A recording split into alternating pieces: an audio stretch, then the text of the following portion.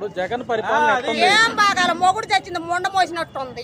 ఎందుకు నీకేం ఏం బాధ? నాకు ఏవైనా నచ్చల. అన్నా క్యాంటీన్ పెట్టారు 5 రూపాయలు. లేనోళ్ళందరూ ఉద్యోగస్తులు ఎంప్లాయీస్ వేడివేడిగా 5 రూపాయలు అన్నం తిరిగిపోయేవు.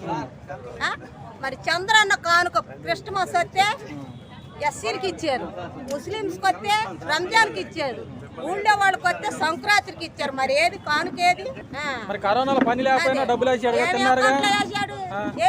అన్ని స్కీములు వేస్తున్నాడుగా. కాదు సచ్చారు, మురుగ్గప్పేసి వాసన వేసి మొగుడు తెస్తే పెళ్ళం చూడలే, పెళ్ళం తెస్తే బిడ్డలు చూడలే, జిప్పులు లాగి తీసుకెళ్లి పెట్రోల్ పోసి తగలేసారు.